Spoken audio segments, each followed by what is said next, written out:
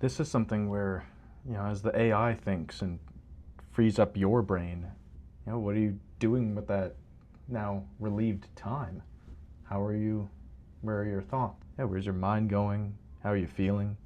Right? The AI has allowed that time, this new time. We have a new space of time in our lives now because of this technology. And look, it's done a bunch of thinking for me, and now I get to just assess it.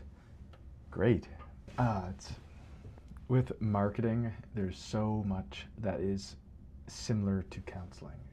In a variety of ways, like making a marketing ad to target a certain clientele. It requires evoking, like getting into their headspace. How are they feeling? Where are their thoughts at? Like speaking to them. Being like, look, I can help you with that.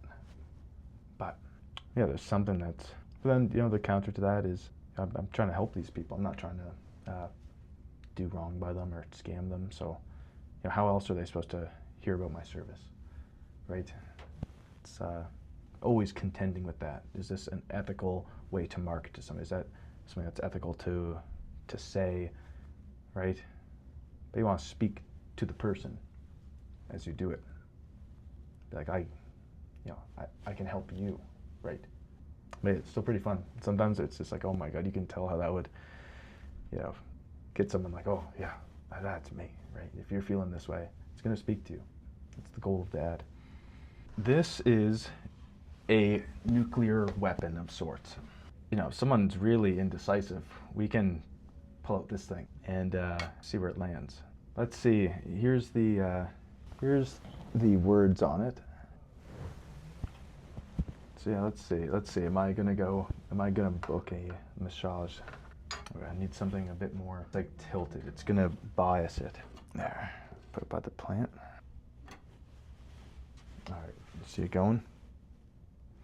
Right here.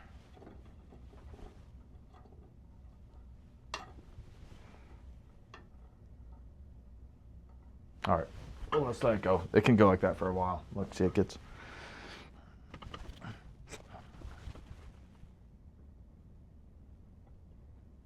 So the thing is, like, as it goes, you start to really think, like, I would like a massage, like I hope it doesn't say no. It's try again, ask a friend, yes, maybe, definitely. Oh, that's ask a friend. Oh, is it gonna? Sometimes it'll bounce out. You'd be surprised. Sometimes it can bounce out from stuff like this. All right, so ask a friend. Well, I'm recording right now. But I'll ask a friend once I get my phone back. Well, see, this is the beauty of it. Like now I'm viewing like asking a friend. It's just like an extra. Like the answer was yes. I didn't want to land on no way. I'm gonna add it to my list perhaps. That way I don't forget it. I find sometimes that's half of things is just forgetting to do something. It's something where in working for me, I'll often talk with my clients about the things that we bring up in session, the little experiments for them to try, the tools. They're often rather simple, but it's remembering to do them is the most difficult part. It's being consistent, coming back to it. We dissected this moment, this pattern in counseling, and kind of boiled down to a point. There's normally you can always do more boiling and refining, but we've got to this point. This is what the friction is. The uncomfortable emotion, the thought, the behavior, and you're trying this thing out, but it's a new thing, and even if it doesn't work the first time, it's give it a good honest try. It could be a week, 2 weeks, 3 weeks worth of every time you remember it, try. A number you can aim for is, have you done that thing 10 times, right? And whether that could all happen in a single day, that might take a month or two for you to remember when to do that tool. But once you do it 10 times, does it work for you. Then you can say yes or no, you know? But that's that one. Yeah, so see, I've already forgotten. Yep, I'm gonna write it down here, book massage. I used to really never keep a notepad, but when I started my master's 3 or 4 years ago now,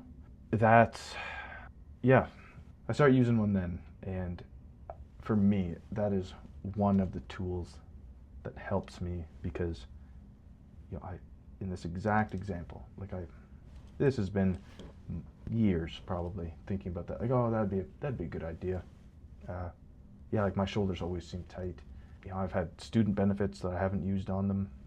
You know, right now I'm lucky enough to have a health plan through my wife. So it's not like a cost thing. It's just like do I go do that? You know, why? I feel like my motivation is the motivation is health, right?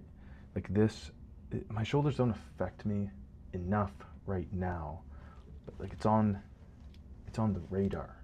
But there's a lot of other priorities on the radar, but I do not want it to then become one of the higher priorities, if you will. Like, I'd rather nip some of these things in the butt, get on top of them now, and then it's not everything all at once. It's, you know, it's never like there's, what's that song, like, the best things in life come free to us.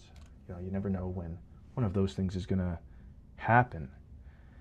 And having as many of these things that you can predict, mitigating against them across time, makes it so when those moments happen that are unpredictable by their very nature, or I suppose would take up so much time and effort to try and predict, that you'd be consumed by it. So that's not very productive. There's things that you can control to a degree and influence, things within your sphere of influence. You know, doing your best to keep them at bay and to address things. You know, for those of you listening here in BC, it'd be like a wildfire, you know, catching it while it's just in the grass, you know, before it, and yeah, those can be quite big as well, but, you know, catching it while it's a lot smaller than a full-blown forest fire, because you might have another forest fire going on over there. Do you want, like, another one to come in and join that, or do we can keep that at bay, fight it back, but then divert some resources? Some resources are always going to be put into nipping them in the butt, because like the ratio of resources, time, energy, your emotional swings, your mood, your mental health, your physical health, all of it, you get the best return on your time and energy in stopping those small things, you know, that they then don't become all-consuming. You might only need a small little crew to dedicate, you know, 5 minutes, half an hour a day at one of these things, and reap a lot of rewards. Then, you know, spend that half hour or hour doing something, tackling the biggest stressors, and putting it all on that, and then, because everything else will start to degrade, if you will. I digress.